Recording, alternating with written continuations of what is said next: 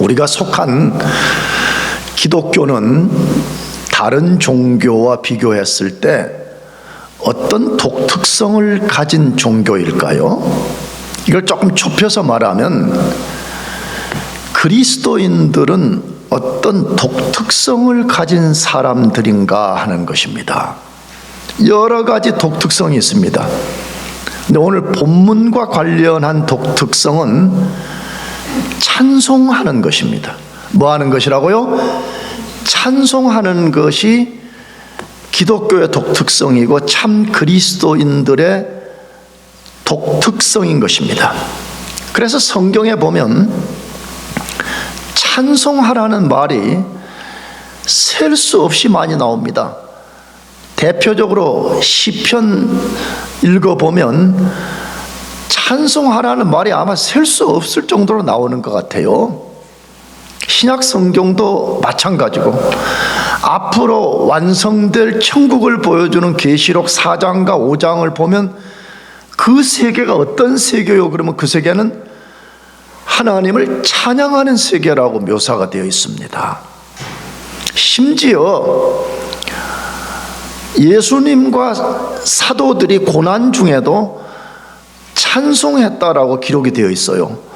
예수님은 십자가를 지고 겟세마네 동산으로 올라가시는 중에 제자들과 함께 찬미하며 가셨더라 그렇게 되어 있고, 우리가 아는 바울 사도는 빌립보에서 복음을 전하다가 체포가 돼가지고 엄청난 폭행을 당하고 빌립보 감옥에 던져졌는데 새벽 한밤중에 일어나서 신라와 더불어서 고통 중에도 하나님을 찬미했더라라고 기록되어 있습니다. 기독교의 독특성, 그리스도인들의 독특성이 뭐냐 그러면 하나님을 찬양하는 것입니다. 물론 다른 종교에서도 최근에 점점 기독교를 흉내내면서 노래를 부르고 있다는 것을 우리가 잘 알고 있습니다. 그러나 그들이 부르는 노래는 우리가 부르는 찬양과 비교할 때 이유 혹은 목적에서 완전한 차이를 드러내게 됩니다. 심지어 세상 사람들이 부르는 세상 노래와 우리가 부르는 찬양과 비교할 때 역시 그 이유와 목적에서 완전히 다른 차이를 드러내고 있습니다.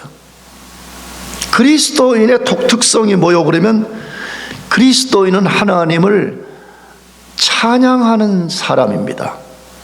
그래서 여러분들 하나님을 많이 찬양하시기를 바라요. 진짜 여러분이 그리스도인이 맞다 그러면 찬양을 왜 잘 부를 것인가?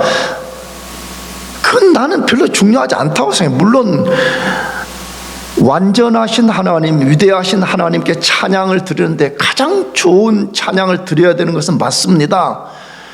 그러나 성경 어디에도 우리가 완벽한 목소리, 완벽한 화음으로만 드려야 되는데 그런 말은 없습니다.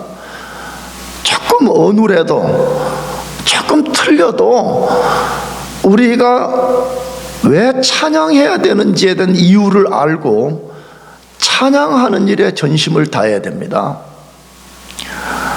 그렇다면 찬양이라는 것은 뭘 말하느냐 하는 것입니다.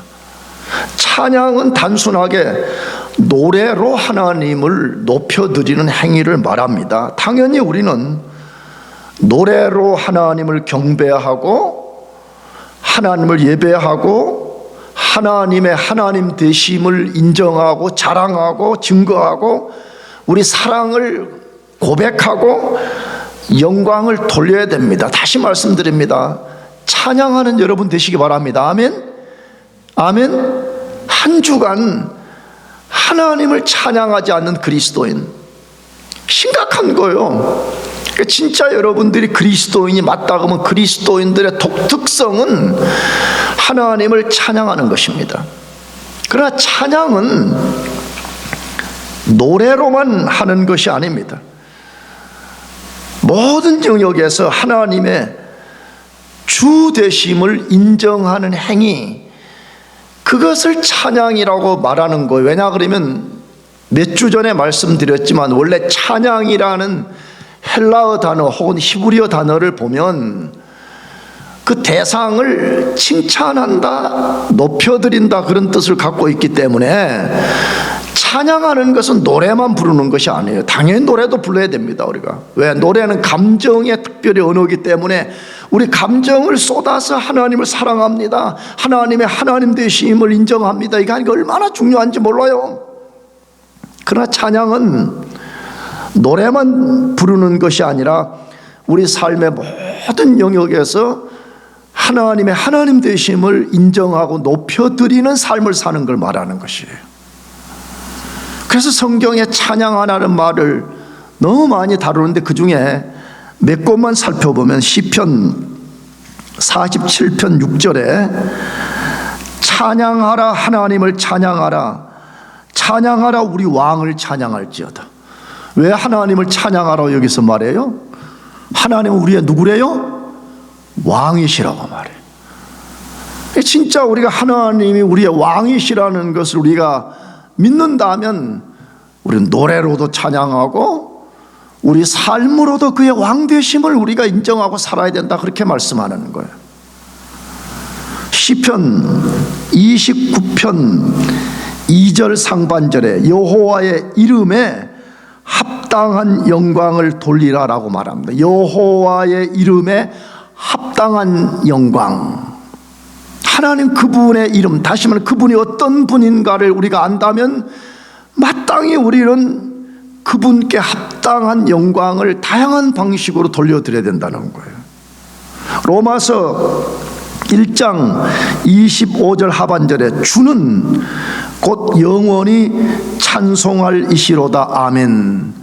하나님, 예수 그리스도가 누구냐? 주, 그분이 만물의 주라는 거, 우리 자신의 주인이라고 말하는 거죠. 그렇기 때문에 마땅히 그분을 영원히 찬송해야 된다라고 말씀하고 있는 거예요. 히브리서 13장 15절 상반절에 우리가 예수로 말미암아 항상 찬미의 제사를 하나님께 드리자. 할렐루야. 여러분, 찬양은 구약 용어로 하면 최고의 제사 방법 중에 하나라는 거예요. 찬송이 메말라버린 그리스도인, 찬양하기를 싫어하는 그리스도인들, 찬양 부르기 싫어가지고 설교만 들으러 오는 그리스도인들, 심각한 문제가 있는 거예요. 내가 보기에는. 내가 요즘 읽는 무슨 책 중에 하나에 기독교 찬송이 어떻게 발전되어 가는가를 다루면서 찬송의 그 시작을 기독교 교회사 안에서 다루는 거 보니까 고대 당시에 그 수녀원들, 거기서 많이 이제 발전이 되었는데 오늘 같은 막 이렇게 뭐 어마어마한 악기가 있는 것도 아니잖아요. 그렇잖아요. 단선율이라고 표현했더라고. 그래서 캐톨릭에 그런 거 하는 거 있잖아요. 뭐 누가 한 사람의 앞자국에서 뭐라고 부르면 뒤에 따라하는 그런 식으로, 그런 찬송으로부터 시작됐다는 거예요. 그러니까 찬송은 어떤 방식으로 할 거냐 보다 더 중요한 게 찬송을 받으시는 하나님이 어떤 분인지를 우리가 깊이 인식하고 그분에게 합당한 영광을 돌리는 게 중요하다는 거예요. 그러므로 나도 여러분도 찬양하는 그리스도인이 됩시다 하면, 진짜 우리가 그리스도인이 맞다 그러면 우리가 찬양하는 일에 힘을 써야 되는 것입니다. 그러면 왜 우리가 영원히 하나님을 찬양해야 될까요? 첫째, 하나님이 우리를 자녀 삼기 위해 예정해 주셨기 때문에 그렇습니다. 최근 몇 주 동안 성부 하나님이 하신 일의 핵심은 그가 우리를 예정해 주셨다는 거예요. 근데 그가 왜 우리를 예정했냐 그럴 때, 그가 우리를 자녀 삼기 위해서 예정해 주셨기 때문에 우리는 마땅히 그분에게 찬양을 돌려야 된다는 거예요.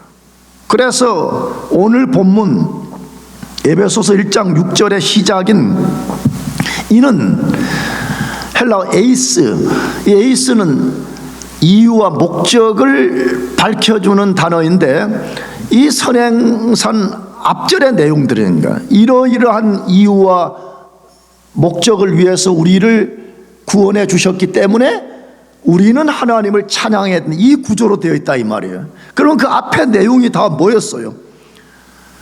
하나님이 우리를 거룩하고 흠이 없는 백성 삼고 하나님의 고귀한 자녀 되도록 창세전에 우리를 예정해 줬다는 거예요.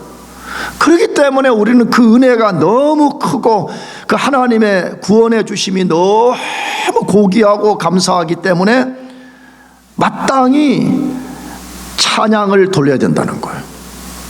그래서 참 그리스도인들의 최고의 특성이 뭐요? 그러면 하나님을 찬양하는 데 있는 거예요. 왜 찬양해요? 그러면 오늘날 많은 사람들이 자기를 만족시키는 데 있어요. 왜 찬양해요? 그러면 자기를 만족시키는 데 목적을 두는 찬양이 너무나 많아요. 성경은 단 한 군데도 우리 자신을 만족시키라고 찬양 부르라고 하지 않아요. 우리에게 위대한 일을 해주신 하나님의 그분을 높여드리라, 그분을 영화롭게 하라, 그래서 찬양하라고 말씀하는 거예요. 그러므로 어떤 사람이 나는 그리스도인입니다라고 말하면서 찬양하지 않는다, 그 그리스도인 아닐 가능성이 굉장히 높은 거예요.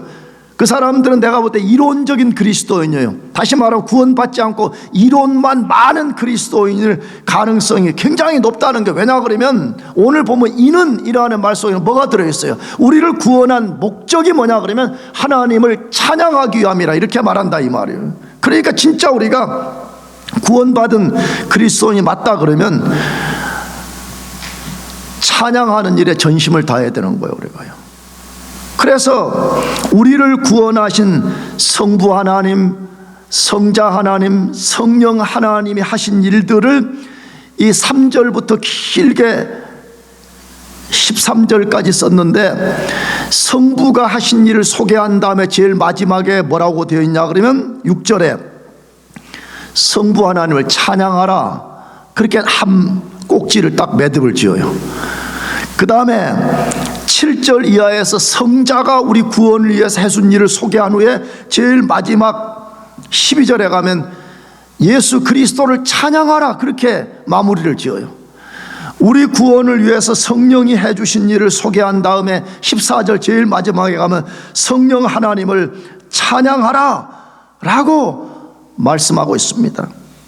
자, 그렇다면 왜 우리는 제일 먼저 성부 하나님을 찬양해야 되냐 이 말이에요. 왜 우리가 성부 하나님을 찬양하지 않으면 안 되는 거예요? 그건 계속 우리가 다루었듯이 만일 성부 하나님이 우리를 예정해 주시 않았다면 우리는 구원받을 수 없기 때문에 그런 것입니다. 여러분, 하나님이 예정해 주지 않으면 믿음도 못 가진 거예요. 자꾸 이제 이런 자유주의 신학과 이런 하나님의 주권론이 부딪혀가지고 교회에서는 우리가 믿음을 가질 수 있는 거라고 말하는 그런 교회가 있는 걸 우리는 잘 알고 있어요. 그러나 성경은 아주 분명해. 내가 이해한 바로는 뭐 나만 이해한 게 아니고 우리 개혁파 신학자들은 다 그렇게 이해하고 있지만, 하나님이 예정해 주지 않으시면 누구도 구원받을 수 없고 누구도 믿음을 가질 수가 없는 거예요. 그런데 하나님이 만일에 여러분과 저를 예정해 주지 않았다면 우리는 첫째 믿음을 가질 수가 없어요. 믿음을 가질 수 없다는 말은 우리가 그 믿음을 가지고 예수 그리스도를 구주로 믿어야 되는데 구주로 믿을 수 없기 때문에 우리는 구원받을 수 없다 그 말이에요. 그래서 몇 번 언급을 했지만 데살로니가 후서 3장 2절에 믿음은 모든 사람의 것이 아니다 하는 이 말씀을 잘 기억해야 돼요. 믿음은 뭐라고요? 모든 사람의 것이 아니, 이걸 좀 비틀어서 말하면 모든 사람이 믿음을 가질 수 있다는 말이 아니에요. 이것은요. 그럼 누가 믿음을 가질 수 있느냐? 성경은 분명하게 말씀해. 하나님이 예정해 준 사람만이 이 믿음을 가질 수가 있는 거예요. 왜 예정해 줬어요? 그렇게 말하면 믿음을 갖도록 하기 위해서 우리를 예정해 주신 것이에요. 그것을 뒷받침하는 말씀이 요한복음 6장 37절 상반절인데, 아버지께서 내게 주신 자는 다 내게로 올 것이요, 이렇게 돼 있어요. 여기 아버지께 내게 주신 자가 이게 누구겠어요? 창세전에 예정한 사람을, 성부 하나님이 예정한 사람을 우리는 다 알 수 없지만 신비로운 방식으로 예수 그리스도에게 넘겨주시는 거죠. 예수 그리스도가 성령의 역사를 통해 가지고 그 사람들이 진짜 예수를 구주로 믿고 구원받도록 했다, 지금 그걸 다루고 있는 이야기인 거예요. 사실이에요. 하나님이 예정하시고 예정한 사람을 그리스도에게 넘겨주고 그리스도가 그를 위해 대속의 피를 흘리고 그런 사람만이 진짜 구원을 받을 수가 있는 거예요. 에베소서 2장 8절, 너희가 그 은혜를 인하여 믿음으로 말미암아 구원을 얻었나니 이것이 너희에게서 난 것이 아니요 하나님의 뭐라고요?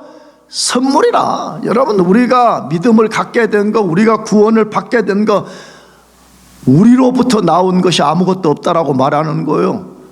모든 것이 하나님의 선물, 은혜라고 말하는 거죠. 그러므로 우리가 하나님 앞에 할 수 있는 최고의 일이 뭐예요? 우리에게 구원을 위해서 예정해 주신 하나님, 그분을 찬양하는 것이 최고의 일이라는 거예요. 그래서 아까도 말했지만 계시록 4장과 5장이 앞으로 장차 완성될 하나님의 나라를 우리에게 미리 보여준 건데, 그 나라에 가면 뭐하냐 그러면 4장에는 성부가 행해 주신 그 일을 영원히 찬양하는 나라라고 말하고, 5장의 내용은 성자 예수님이 우리의 구원을 위해서 해주신 일을 영원히 찬양하는 나라라, 그렇게 말한다 이 말이에요.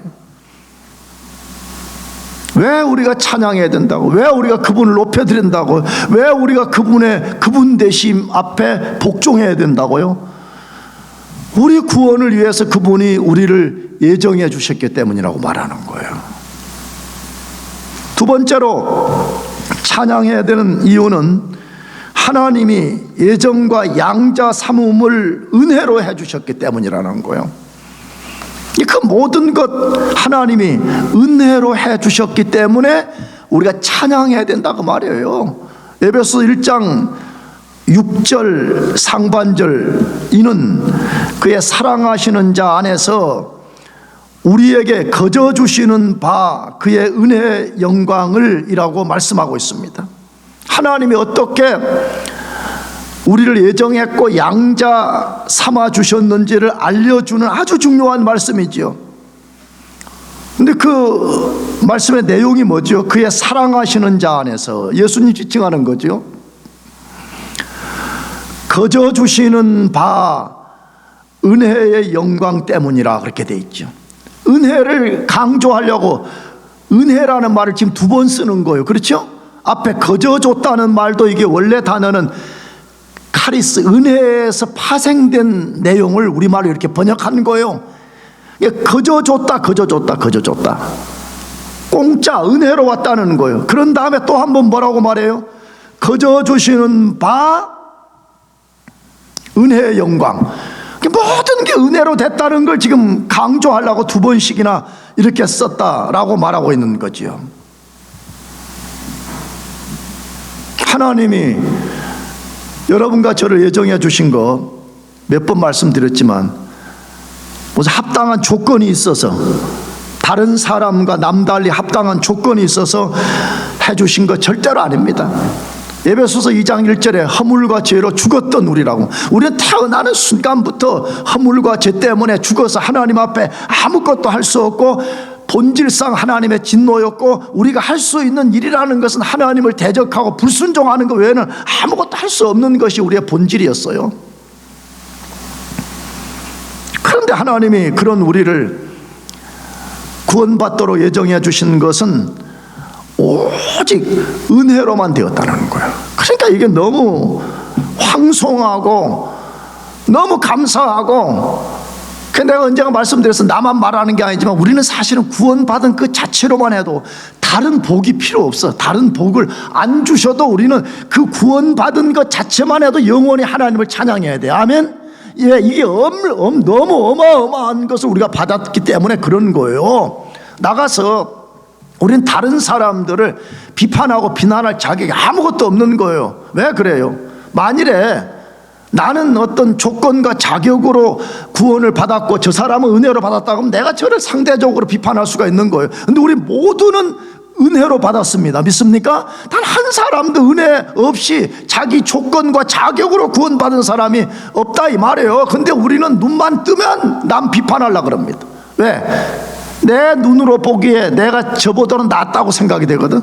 내가 쟤보다는 좀 낫다고 생각되거든. 그러니까 맨날 생각으로 비판하고 마음으로 비판하고 말로 비판하고, 그 사람들은 은혜로 구원받았다는 것이 뭔지를 모르는 사람들이 행하는 것이에요.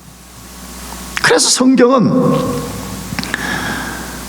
은혜로 되었다, 공짜로 되었다, 받을 자격이 없는 너희들에게 하나님이 호의를 베풀어 준 거다, 너희는 죽었다 깨어나도 할 수 없는 일을 하나님이 대신 해준 거다라는 걸 셀 수 없이 우리들에게 말씀하잖아요. 근데 그 중에 대표적인 거 몇 구절만 소개하면 신명기 7장 6절에서 10절인데 이것도 잘 들어보죠. 이거는 이스라엘 백성을 하나님이 예정, 선택, 콜링한 내용을 다룬 것인데, 어떤 원리 속에서 선택했는가를 알려주면서 그게 우리 이야기라고 말하는 거예요. 너희도 그 원리 속에서 예정되고 구원받았다는 걸 알려주는 말씀인데, 너는 여호와 네 하나님의 성민이라.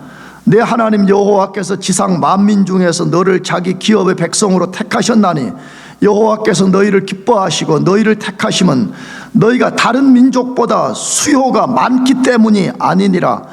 너희는 오히려 모든 민족 중에 가장 적으니라. 여호와께서 다만 너희를 사랑하심으로 말미암아, 또는 너희의 조상들에게 하신 맹세를 지키려 하심으로 말미암아 자기의 권능의 손으로 너희를 인도하여 내시되 너희를 그 종되었던 집에서 애굽 왕 바로의 손에서 속량하셨나니, 그런즉 너는 알라. 오직 내 하나님 여호와는 하나님이시요 신실하신 하나님이시라. 그를 사랑하고 그의 계명을 지키는 자에게는 천대까지 그의 언약을 이행하시며 인애를 베푸시되, 그를 미워하는 자에게는 당장에 보응하여 멸하시나니, 여호와는 자기를 미워하는 자에게 지체하지 아니하시고 당장에 그에게 보응하시느니라. 뭘 말씀하는 내용이죠? 야 이스라엘 백성, 너희들을 내가 애굽에서 건져내고 내 언약 백성 삼은 것은 너희들이 다른 민족보다 숫자가 많아서 선택한 것도 아니라는 거예요.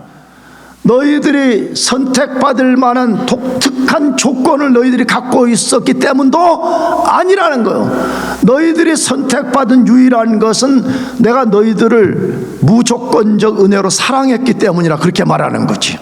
그러므로 너희는 이제 거기에 합당한 삶을 살아라는 거예요. 하나님의 계명을 지키고, 우리가 구원받은 것은 우리가 잘나서 그렇게 된 것이 아니고, 우리는 쓰레기 같은 인생이지만 하나님의 자비로 구원을 받았기 때문에 겸손과 낮아짐과 감사와 찬양과 영광을 돌리며 살아라.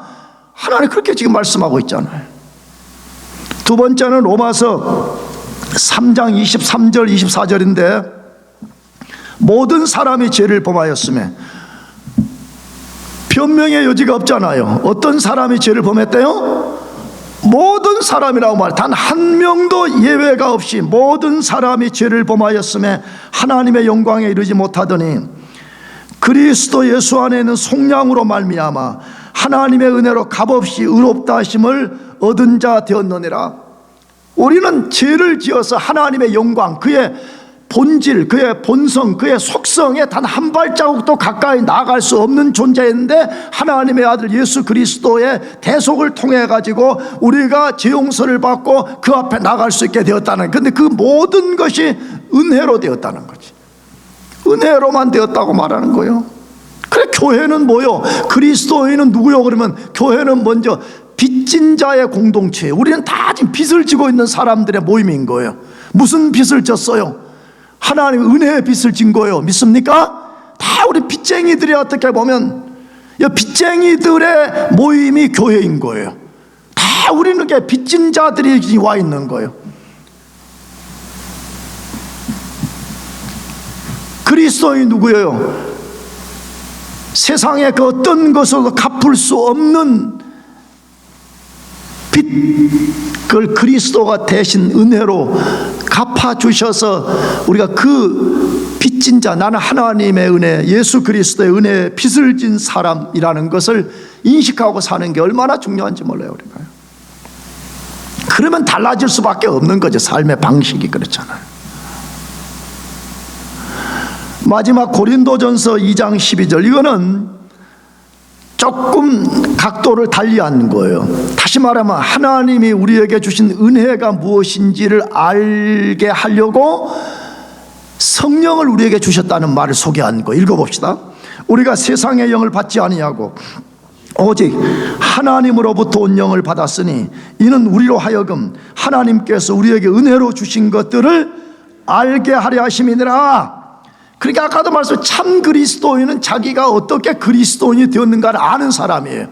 나의 조건 때문에, 나의 특권 때문이 아니라 하나님의 은혜로 되었다는 것을 분명히 아는 사람인데, 이걸 어떻게 하냐 그러면 성령이 우리 속에 들어오셔서 그걸 알게 만들어 준다는 거예요. 그러니까 진짜 성령 받은 사람, 성령 받고 거듭난 사람, 성령의 지배가 되어서 자기 죽었던 영이 살아나고 어두웠던 지각이 열어지는 사람은 변화가 일어나기 시작하는 거예요. 뭐라고? 내가 예수 믿게 된 것이 나의 훌륭한 선택 때문에 된 것이 아니라 하나님의 은혜로 된 것이구나. 내가 지금 이 땅에 발을 딛고 사는 거, 이거 그냥 자연주의자들이 말하는 것처럼 만물은 영원부터 영원까지 있는 것이 아니라 하나님의 창조로부터 온 것이구나. 내가 지금 호흡하고 있는 거, 이거 다 하나님의 은혜구나. 내가 지금 밥 숟가락을 들고 밥을 먹는 거 하나님의 은혜구나. 모든 것이 하나님의 은혜라는 것을 알게 된다. 할렐루야. 그러니까 성령 받은 사람은 감사가 끊어지지 않고 찬양이 끊어지지 않고 하나님의 주되심을 고백하는 삶이 끊어지지 아니하고 자기 삶으로 하나님의 영광을 돌리기 위해서 이 고사리 같은 대학부 친구들이 하나님을 섬기는 거야, 내가 보니까. 그래서 교회라는 거는 목사가 알아주든 말든 상관없이 나는 하나님께 빚진 자이기 때문에 은혜의 빛을 갖기 위해서 나 자신을 들여서 충성을 다하는 사람들인 거야. 그래서 우리 교회는 옛날 20년 전부터 좀 오해 없이 들기 바래요. 뭐 이런 피아노 반주자다 뭐 사례 안 해. 우리 교회는 대부분 교회들은 사례를 한단 말이에요. 사례를 해. 어느 정도 조금씩 돈을 주고 이거 하라. 우리 교회는 내 목회 철학이 그거였어. 한 푼도 안 줘. 우리는. 왜? 우리는 은혜에 빚을 진 사람이기 때문에 빚진 자들이 와가지고 그 은혜를 우리가 조금이라도 갚는 행위를 하라, 이거예요. 우리는 그렇게 하는 거야. 그래도 성령 받고 모든 것이 은혜로 되었다는 것을 아는 사람들은 불평 없이 기쁘게 주님을 섬기고 있는 겁니다.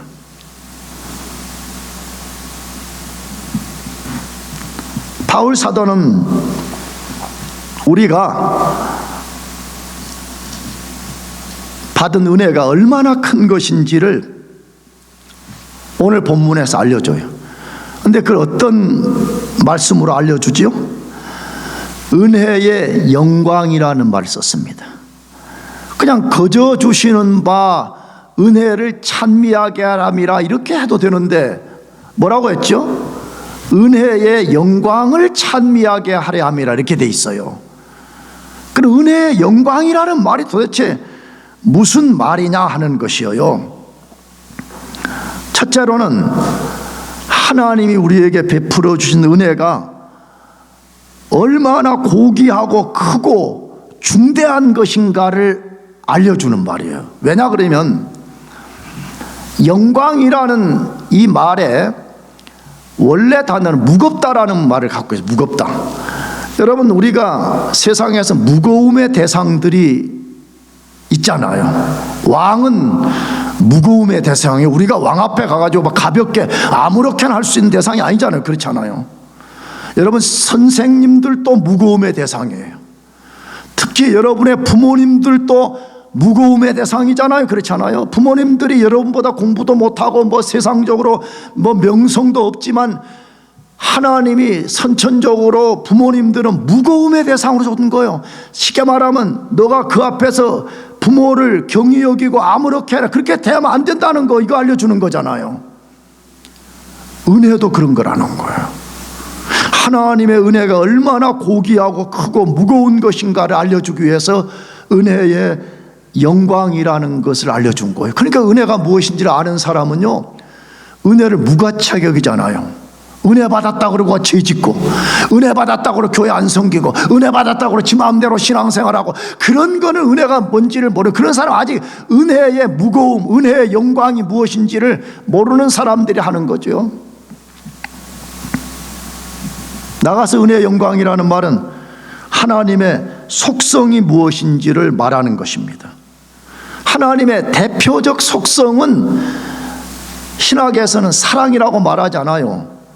영광이라고 말해요. 영광. 하나님의 가장 본질된 속성이 뭐요? 그러면 우리는 사랑이라고 많이 알고 있어. 그런데 하나님의 본질된 속성은 영광이에요. 그런데 그 영광에서부터 나오는 특성이 뭐냐 그러면 그분은 우리에게 은혜 베풀어 주시기를 기뻐하신다는 거예요. 그래서 성경 많은 곳에 그 말씀이 있지만, 특별히 시편 86편 15절에 보면 하나님은 노하기를 더디하고 은혜 베푸는 것을 원하시는 분이라 그렇게 되어 있어요. 이것도 놀라운 이야기 아니에요. 만일에 하나님이 반대로 은혜 베푸는 것은 더디하시고 노하기를 즐겨한다 그러면 여기 누가 지금 살아남겠어요? 그렇지 않아요? 불의한 생각 하나만 우리가 품어도 하나님이 노해서 우리를 진멸시킨다 그러면 누가 여기서 생존할 수가 있는 사람이 있겠어요? 근데 하나님의 영광의 본성 중에 하나가 항상 우리들에게 은혜 베풀어 주시기를 좋아하신다는 거예요. 그래서 우리가 여기에 있는 거예요. 할렐루야. 여기 우리가 지금 살아있는 거예요. 여기 호흡하고 있는 거예요. 여기 하나님의 얼굴을 배웠고 지금 우리가 예배할 수가 있는 거예요. 은혜의 영광이라는 또 다른 의미는 뭐예요? 하나님의 은혜가 독보적이고 독특한 것이라는 것을 알려주는 것입니다. 하나님의 은혜, 그것은 굉장히 우리 이성으로 다 이해할 수 없는 독특한 특성을 갖고 있다는 거예요. 아주 독보적인 특성을 갖고 있다는 거예요. 왜 그래요? 여러분 간단히 봅시다. 이 세상에 사는 인간들과 흔히 거짓이긴 하지만 세상 사람들이 믿는 신들을 보세요. 그 사람들과 신들 중에 원수에게 값없이 은혜를 베풀어 주는 사람이 누가 있냔 말이에요. 원수에게 은혜를 베푸는 신이라는 게 어딨냐는 말이에요.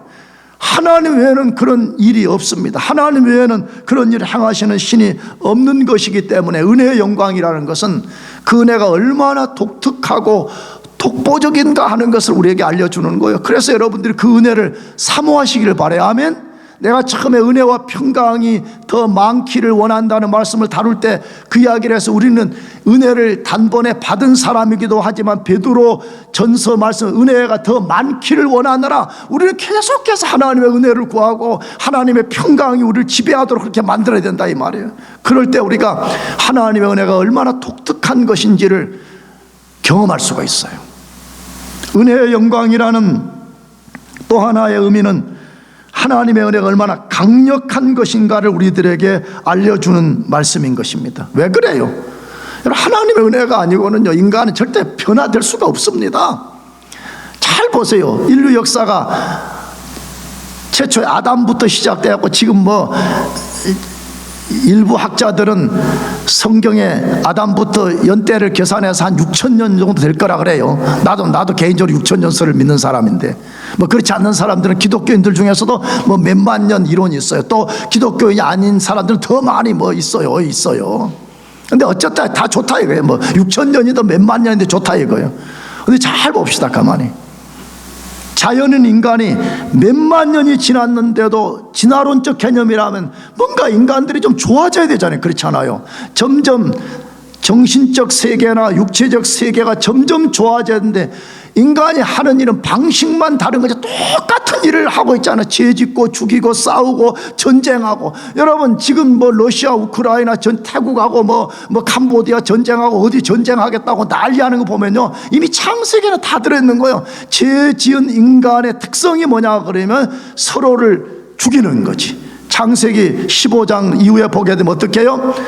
당시에 남북이 서로 연합군대를 만들어 가지고 소돔성을 진멸해오는 이야기들, 다 그것이 일종의 오늘날 일어나는 전쟁의 모형을 보여준 거 아니에요? 인간은 은혜 없이는 절대로 바뀔 수가 없는 거예요. 하나님의 은혜 없이는 인간은요, 세상의 그 어떤 것으로도 인간의 본질을 바꿀 수가 없는 거예요. 그런데 놀라운 것은 하나님의 은혜가 임하기만 하면 하나님께 반역적 태도를 가진 사람들이 그 반역적 태도를 중단하기 시작한다는 거예요. 하나님께 불순종의 칼을 들여대던 사람들이 불순종의 칼을 내려놓고 회개하는 역사가 일어난다는 거예요.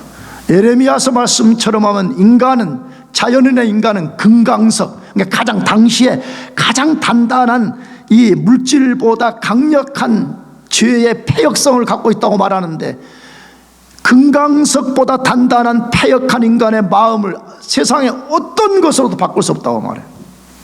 하나님의 은혜가 임하면 금강석 같은 마음이 어린아이의 살처럼 부드러워진다, 그렇게 말하는 거죠. 그래서 여러분과 제가 하나님을 대적했던 삶의 태도를 내려놓고 그분을 사랑하게 되고 그분을 경외하는 삶을 살게 된 거예요. 그래서 바울이 우리가 받은 은혜가 뭐요? 그러면 그것이 얼마나 큰 것인지를 은혜의 영광이라 그렇게 말한다 이 말이에요. 그렇기 때문에 우리는 이 사실을 제대로 인식한다면 하나님을 찬양하는 것 외에는 다른 길이 없어요. 우리가 하나님을 예배하고 경배하고 하나님을 높이는 것 외에는 다른 초이스가 없다 이 말이에요. 여러분 그렇게 되시길 축복합니다.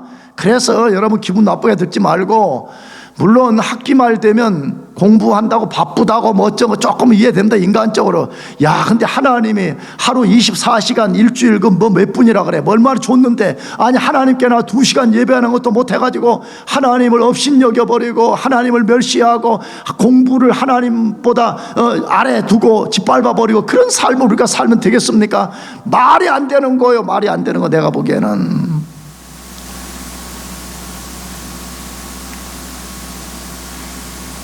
아무리 내가 시험이 좀 급하고 그러지만 내가 하나님을 예배하는 그 사모함과 내가 그분을 높이고 그분을 찬양하기 위해서 내가 평상시 때 좀 시간을 세이브하고 더 공부해서 내가 시간을 확보해서 이 거룩한 주일에 하나님을 예배하겠다고, 그런 태도로 좀 살아야지.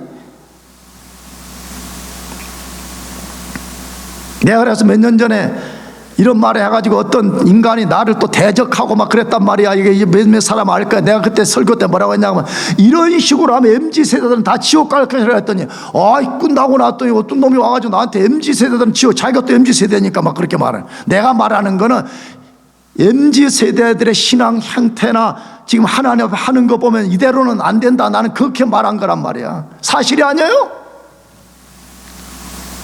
어떻게 자기가 구원받은 그리스도인이 맞다면, 자기가 진짜 그리스도인이 맞다면 어떻게 하나님을 그렇게 우리가 대우할 수 있냐 이 말이에요. 은혜의 영광, 도저히 상상할 수 없는 그것을 우리에게 주신 하나님을 찬양하고 경배하고 그분의 그분 되심을 높이며 살기를 축복합니다. 마지막 세 번째로, 왜 우리가 그분을 찬양해야 돼요? 하나님이 은혜의 영광을 우리를 통해서 나타내시기 때문에 그래요. 누구를 통해 나타낸다고? 우리를 통해서 하나님 그분의 영광, 그분의 그분 되심을 드러내기를 기뻐하시기 때문에 우리가 그렇게 해야 된다는 거예요. 에베소 1장 6절 마지막 절, 그의 은혜의 영광을 찬양하게 하려는 것이라 라고 말씀합니다. 우리를 예정한 궁극적 목적이 무엇인지를 알려주는 아주 분명한 말씀이죠. 뭐 때문에 우리를 예정하고 구원했대요? 뭐 때문에 우리를 하나님의 자녀 삼았대요? 하나님의 은혜의 영광을 찬양하도록 하기 위해서 그렇게 했다는 거예요. 그러니까 이걸 다른 말로 좀 말하면 무슨 말이냐 그러면, 하나님이 세상을 왜 창조했냐 이 말이에요.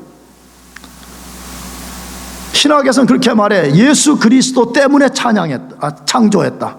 또 하나는 뭐냐, 예정된 우리를 장차 이 세상 속에서 구원해내기 위해서 세상을 창조하는 거예요.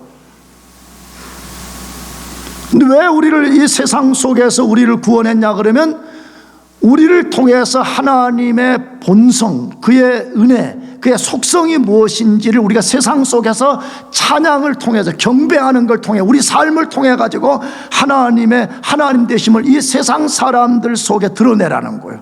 그러니까 우리를 꼭 뭐처럼 삼았다는 거예요. 프리즘, 하나의 빛이 와서 우리 프리즘을 통해 가지고 하나님이 가진 수많은 속성들을 세상에 막 반사시키는 것처럼 우리 그렇게 살라는 거죠.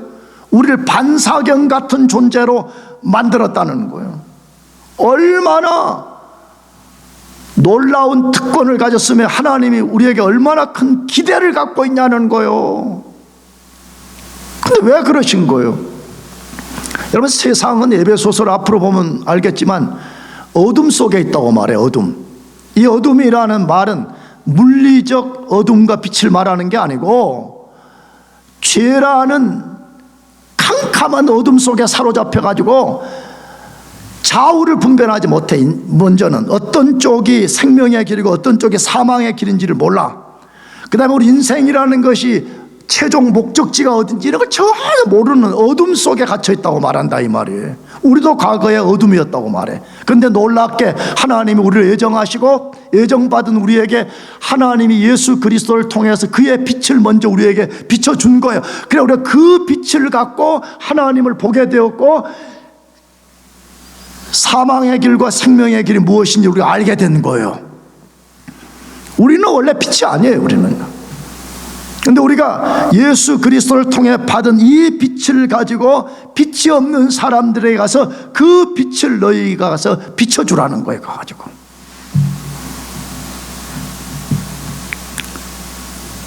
놀랍지 않아요? 우리를 통해서 하나님이 그 일을 드러내시겠다는 거예요. 근데 그것을 알려주는 대표적 말씀들이 몇 개 있는데 에베소서 3장 9절에서 11절 영원부터 만물을 창조하신 하나님 속에 감추어졌던 비밀의 경륜이 어떠한 것을 드러내게 하려 하심이라. 이는 이제 교회로 말미암아 하늘에 있는 통치자들과 권세들에게 하나님의 각종 지혜를 알게 하려 하심이니 곧 영원부터 우리 주 그리스도 예수 안에서 예정하신 뜻대로 하신 것이라.